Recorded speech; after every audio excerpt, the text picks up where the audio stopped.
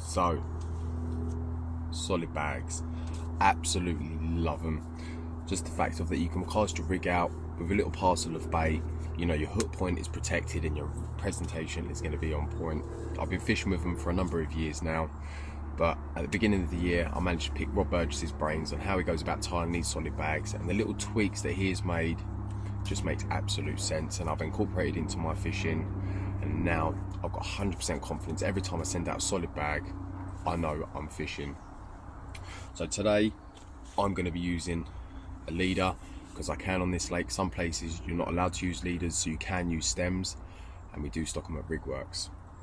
And another brilliant thing about solid bags is you can pre-make them before you even go to the bank. Just spend half hour, an hour making a load up, put them in your bucket, so when you get to the lake you can find your spots and then you can swap straight over, get your solid bags out, and you're fishing. But I'm going to be using a leader. I've got a long solid bag tail rubber. I'm using a 3 ounce inline lead. I'm using a soft supernatural hook link. I'm using a Rigworks wide gape T beat point size 4 and a little yellow cell wafter. And I've got a little bit of silicone there, a little bit of rubber, just to keep the hair in place. I'm also going to be using a medium solid bag because I think it works brilliantly with a 3 ounce lead, and it's just enough bait to get out. Right, let's get to it. So when you first get your solid bags out, they're always a little bit tough. So get them out in the air, and I like to just give them a little scrunch about. Fish is just showing over my spot. Lost one this morning, so I need to redeem myself. So get the solid bag, just give it a little bit of just a stretch about. It's just easier just to mould when you're making your solid bag. I'm going to be using micro pellet mixed in with ground mix, an activated ground mix. You know, just mix it up. You know, with solid bags you put all sorts in there, but I'm going to be using micro pellets with ground mix. Right, so first thing you want to do, you want to open up your bag.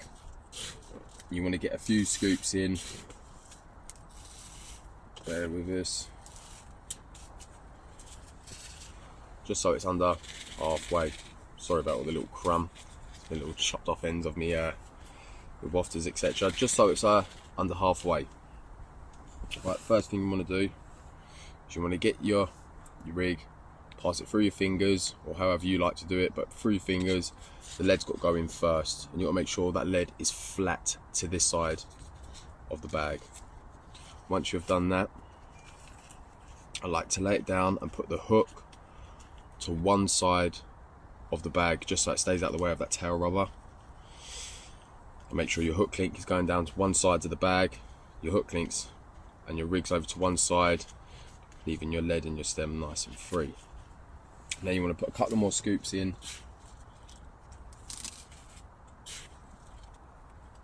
Right over the top of the lead, so you're covering the top of the lead. Right, the next part is you want to get your hook and your bait, and you want to drop it this side of the bag, and you want to push it down so it's nice and tight. But whilst you're doing this, you want to make sure that your hook point is facing away from the side that your hook link is coming up. So if my hook link's coming up this way, my hook point is facing away from it, and I'm not near the tail rubber, because when a fish does come grubbing around, you don't want it to move into the hook link or around the tail rubber. So now that is done, I'm gonna, you see you've got the hook just laying there. I'm gonna put another big scoop to cover the hook and a little bit of the hook link. So as it goes in, it's covering the top of that hook and the hook link. So then it's like this. And what I like to do is just flip it down onto the hook bait site, and just making sure that there's no pellet in the way there of the lead. It's a little fiddly, but it's definitely worth doing. So now your lead is flat like this, and your hook bait is there. So now let's put a little bit more in. So now this is the main part. What you want to do is you want to start to squash it down. You want to get that solid bag compact. So I like to just give it a little squeeze at the top, just push it down just so it starts roughly moulding and getting a little bit tight. And what you want to do now, start getting the top. You want to, as you're pinching and twisting, you want to be pushing all of that solid bag together.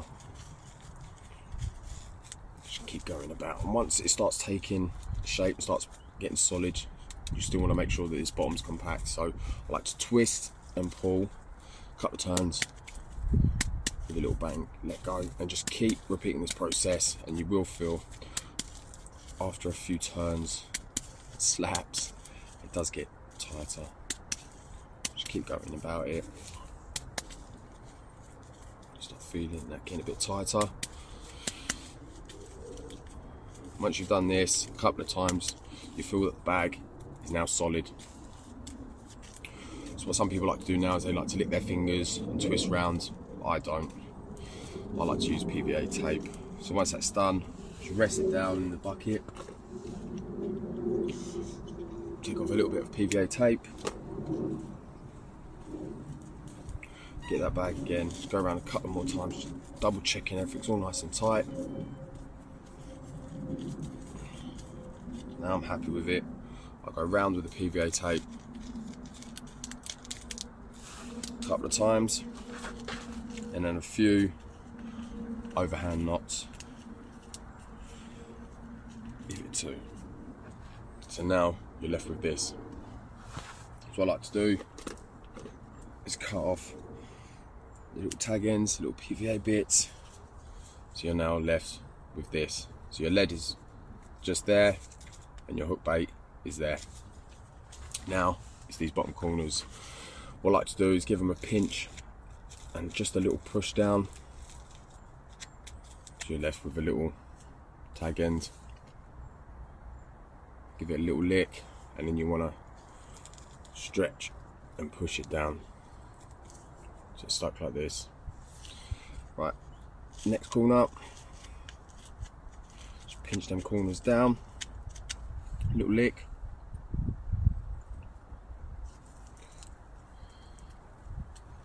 Push down. So then your bottom should look like this. Now you're left with this top part here. You want to trim it down, but be careful. Always losing the scissors, but be careful you don't cut the tape. You want to get as close as you can, but just take your time. And with this, the beauty of these, you can pre-make these before you even go to the bank. You know, you can sit at home in your shed or your garage or wherever you keep your fishing bits. Make a couple of these up, put them in your bucket, keep them nice and dry. You know it's ready to rock when you get to the lake and you found your spots. Right, so that is the finished solid bag, nice and tight. You've got your lead one side, just got a few pellets covering it, but it's your lead there, and on the other side you've got your hook bait. So now that's always going to be bottom heavy.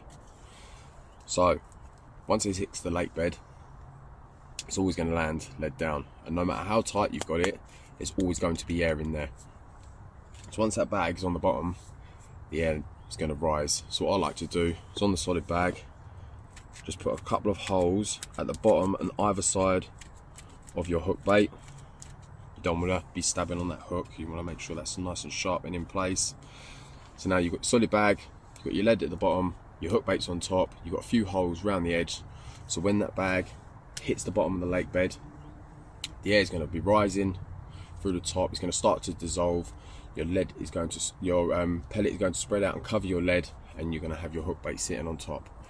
Absolutely brilliant. This is just how Rob explained it to me, and he said that he tried it in the margins time and time again, and he said it landed lead down. He saw the bubbles coming up to the top, so you've got your little parcel of pellet and whatever content you've got in there, and your hook bait is on top. Absolute mega, that is. I use them all the time. You can pre-make them.